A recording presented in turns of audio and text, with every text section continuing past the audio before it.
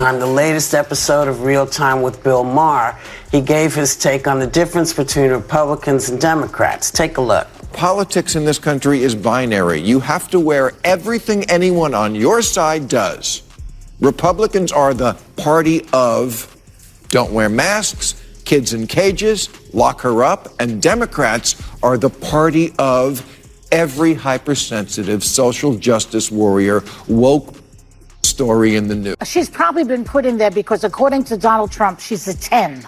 You know that's what it is. Get ready for a heated political debate as Bill Maher breaks down the sharp divide between Republicans and Democrats in today's political climate.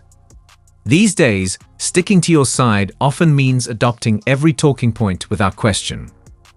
On one hand, Republicans pushed back against things like mask mandates and chant slogans like "lock her up." On the other, Democrats are often portrayed as fueling every dramatic social justice headline. And let's be real, some people seem to grab the spotlight just because, as Trump would put it, they're a perfect 10. Speaking of bold personalities, Whoopi Goldberg never holds back, and honestly, I wouldn't mind being on the receiving end of one of her witty remarks. But last week, it was Joy Behar who found herself in the hot seat when Bill Maher called her out, sparking a major online reaction. Many are cheering him on, saying she finally got the reality check she deserved. So, what exactly did Behar say that set Maher off? And how did he shut down her arguments so effectively that Twitter is now in chaos? We've got all the details, every sharp comeback, and the full breakdown of this fiery exchange. Buckle up. This is one you won't want to miss. She's probably been put in there because according to Donald Trump, she's a 10. You know that's what it is. I want to be clear, though, it's not her first job. It was her first press briefing. She worked in the previous job. You've probably seen the clip by now, so we'll skip the full recap. In short, Joy Behar took a swipe at Caroline Leavitt's intelligence. Because, well, that's just how things go on The View. Behar claimed that Leavitt only landed the role of Trump's press secretary because of her looks, as if being a size 10 is what qualifies someone for the job. The irony? Behar herself has been voicing controversial opinions for years, without anyone questioning her credentials. Even when co-host Alyssa pointed out Leavitt's actual qualifications and experience, Behar ignored it. And, as expected, this didn't sit well with Bill Maher, prompting his signature repost. But isn't it interesting that it's called, I don't think they meant this when Barbara Walters invented it a long time ago, but it's The View. Well, that's the problem in America. But there is one view, right, and one that's clearly true opinion, and everybody else can go sit in the corner. Give Bill Maher credit for his blunt honesty. He calls it exactly as he sees it. His take on The View. The problem is right there in the name. It's not about open discussion. It's about pushing one perspective while shutting down anything that doesn't fit the narrative. And leading that charge is Joy Behar, who has no patience for opinions that challenge the show's echo chamber. When co-host Alyssa Farrow Griffin dared to offer a different take on Caroline Leavitt's appointment as press secretary, Behar wasn't having it. In her world, disagreement isn't just wrong, it's downright unacceptable. Politics in this country is binary. You have to wear everything anyone on your side does. Republicans are the party of don't wear masks, kids in cages, lock her up, and Democrats are the party of every hypersensitive social justice warrior, woke story in the news. They're the party that disappears people or tries to make them apologize for ridiculous things. Bill Maher isn't just taking shots at Joy Behar. He's going after the entire Democratic Party, and he's making some solid points. If Democrats had appointed Caroline Leavitt, you can bet Behar would be front and center, praising her intelligence, poise, and eloquence, probably even calling her the future of America. But since Leavitt got the role under Trump, all that admiration disappears, replaced by a shallow focus on her dress size. Because apparently, that's the level of discourse we've come to expect from The View. Let's be real. If anyone else reduced a woman's accomplishments to her looks, Behar would be outraged, demanding apologies left and right. But when it's her own side doing it, silence. And people have noticed. Bill Maher isn't the only one calling out her double standard. Greg Gutfeld has also weighed in on her performative outrage. A 10? We'll Don't be right do back. it. No, I noticed Jesse was a 7. Joy Behar calls her a 10. I mean, how dare she objectify a woman with a rating system, but it's such a typical thing from a 1.5. Greg Gutfeld's critique is spot on. Joy Behar has dismissed Caroline Leavitt's success as nothing more than her looks, as if a woman can only succeed on merit if she's a Democrat. And let's be honest, if someone had made the same remark about a left-leaning woman, Behar would be leading the outrage, demanding cancellations. Here's where it gets interesting. The same so-called advocates for women, who seem more focused on optics than actual competence, suddenly go silent when their own side reduces a woman to her appearance. Meanwhile, Leavitt is at the White House, skillfully handling press briefings and proving she knows her stuff. But instead of recognizing her expertise, Behar resorts to cheap shots. Maybe it's just jealousy, as Gutfeld suggests. He even jokes that Behar is 1.5 light years away from a perfect score, which might explain why she went after Leavitt in the first place. For empowering feminist Joy herself, everyone. And this is why, of course, she's on The View and not working for the most powerful man in the world, because Caroline would wipe the floor with you bitter banshees any day. A reporter just confirmed what many suspected. Joy Behar might just be envious. While Caroline Leavitt is working for one of the most powerful leaders in the world, Behar is still shouting over her co-hosts on a daytime talk show. In Behar's view, Leavitt is just an inexperienced newcomer who hasn't earned her spot, because, apparently, experience only matters when it fits her political agenda. But what she conveniently ignores is that this isn't about age. It's about intelligence, capability, and yes, competence. And Leavitt has all three, which is exactly why Behar seems so riled up. If Leavitt were a 25-year-old liberal, Behar would be hailing her as a trailblazing icon for young women. But because Leavitt dares to think for herself, she's reduced to nothing more than her looks.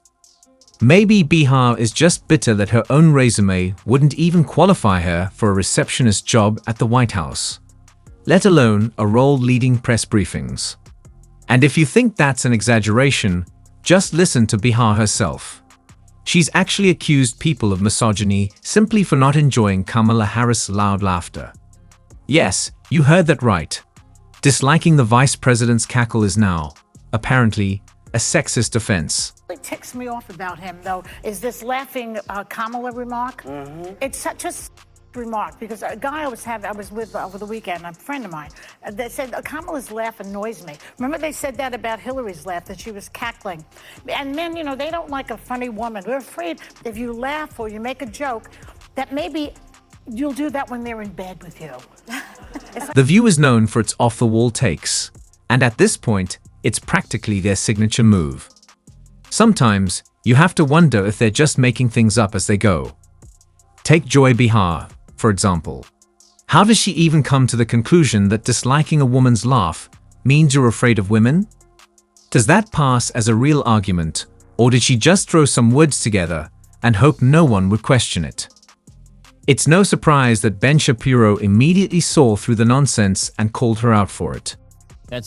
So, if you don't like Kamala Harris's weird cackling, it's because you fear her in the boudoir? Huh? That's a theory there, Joy. I feel like, given her personal history, Willie Brown and all, that's probably not what people are thinking about Kamala Harris when they are thinking about that type of activity, but sure, go with. So, let me get this straight. If you don't like Kamala Harris' awkward cackle, it means you secretly fear her in a romantic sense. That's quite a theory, Joy. Honestly, given Harris's history, looking at you, Willie Brown, that's probably not what most people are thinking when they hear her laugh. But sure, go with that. Ben Shapiro put it simply, disliking Kamala Harris' laugh isn't some deep-seated fear of women. It's just that her laugh is, well, annoying. Not every criticism is part of a grand conspiracy against women. Sometimes, a laugh is just grating. Shocking, I know. But, of course, the so-called woke crowd refuses to accept such a basic observation. Instead, they twist even the mildest critique into accusations of sexism, racism, or whatever thism fits their narrative. Don't cheer loudly enough for their chosen icons. You're a terrible person. Find a certain laugh unbearable. You're a misogynist. Question a policy. You're a bigot. Even preferring your coffee black might get you labeled a white supremacist at this point. It's all part of the same absurd strategy. Slap a politically correct label on any disagreement to shut down debate. After all, if they ever had to actually defend their ideas in a real discussion, that's when things would start to fall apart. The idea that Trump won with some kind of mandate is not true. I mean, we have information there. He beat Kamala Harris by 1.6%. Joe Biden beat Trump by 4.5%, and nobody said it was a mandate. So get that out of your lips, out of your mouth. These people were saying it's a mandate. It's not a mandate.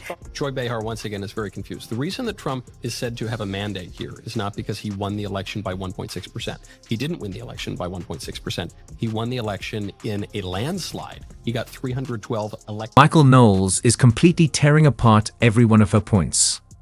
Each claim she's made is being exposed as outright wrong. It's honestly surprising she's still standing by her remarks after such a strong rebuttal. Let's see what he comes up with next. Is what determines who wins the presidential election. He only needed 270 to win, and he got 312. Totally destroyed Kamala Harris. That number, the 1.6 or 1.8% that she's referencing, is the popular vote. Trump also won the popular vote. First time a Republican's done that in 20 years. Huge. Democrats have an advantage in the popular vote because Republicans generally don't campaign in the big Democrat states, New York and California, because the Democrats are going to win it anyway. It's a waste of campaign dollars and time. Once again, Joy Behar is putting her lack of insight on full display while Michael Knowles methodically dismantles her misguided points. It's been nearly 3 months since Trump's election victory, but Behar and the Democrats seem stuck in a constant state of denial, trapped in the early stages of grief with no sign of moving forward. Rather than facing reality, they cling to every conspiracy theory and wild claim, even going so far as to dream up ideas like bringing back Hillary's lost emails to discredit Trump's historic win. But every time they try to push their narrative, sharp minds like Bill Maher and Michael Knowles are there to expose their hypocrisy and put them in check. You'd think that after so many public missteps, they'd learn something about self-awareness. But clearly, that's not something The View does well. Joy on The View on Friday. What was your reaction? Well, my reaction was I was at Costco buying, 10 boxes of Keurig coffee, and my watch started to buzz, and I got so excited I started leaking a little bit. Just when you didn't think you could be more upset, you have to picture Joy Behar's vagina. Last, someone has finally put Joy Behar in her place. It's honestly shocking that she even thought that nonsense was worth airing. Now, let's see what these ladies have to say next. Sorry, leaking at a Costco. I don't want it. I didn't want any of the events that happened late last week. What's going on? Why? There's such a thing as TMI. There really is. It was inappropriate. She's inappropriate. It was disgusting, and no one wants to be thinking about that. But on the larger point, that's how rabid they are. Mm-hmm. It literally caused her to pee her pants. She was so excited to see Donald Trump convicted, like a 3-year-old seeing Goofy at... Megyn Kelly just delivered a brutal takedown of Joy Behar, and it's pure brilliance. According to Kelly, Behar was so shaken by the news of Trump's conviction that she had an accident at a Costco. Yes, you read that right. Behar reportedly lost control in the frozen food aisle, like an overexcited puppy. With her usual sharp wit, Kelly didn't let this moment slide. She called out Behar for showing once again that Trump isn't just in her head. He's clearly living rent-free in her life. Let's be honest, if a conservative had admitted to such an embarrassing slip-up, Behar would have made fun of it on air for weeks. But when it happens to her, we're supposed to see it as some brave act of defiance. Give us a break. Maybe next time, Behar should spend less time obsessing over Trump and more time focusing on stocking up on adult diapers.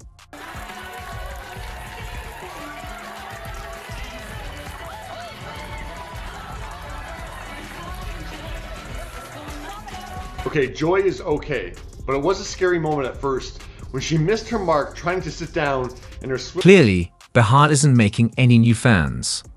In fact, many would rather see her lose favor with the show's producers than watch her take another tumble off her chair. But it seems The View and Behar are here to stay, no matter how many ridiculous things they say. Thankfully, Bill Maher and other truth-tellers aren't backing down. They're keeping the pressure on, exposing hypocrisy for everyone to see. Now, it's a battle of wits. Will intelligence and solid judgment rise above the mindless chatter and Twitter tantrums? That's the real question. And with that, we wrap up today's video. If you enjoyed our fiery commentary, don't forget to hit that like button and subscribe for more takes like this. Thanks for watching, and we'll see you in the next one.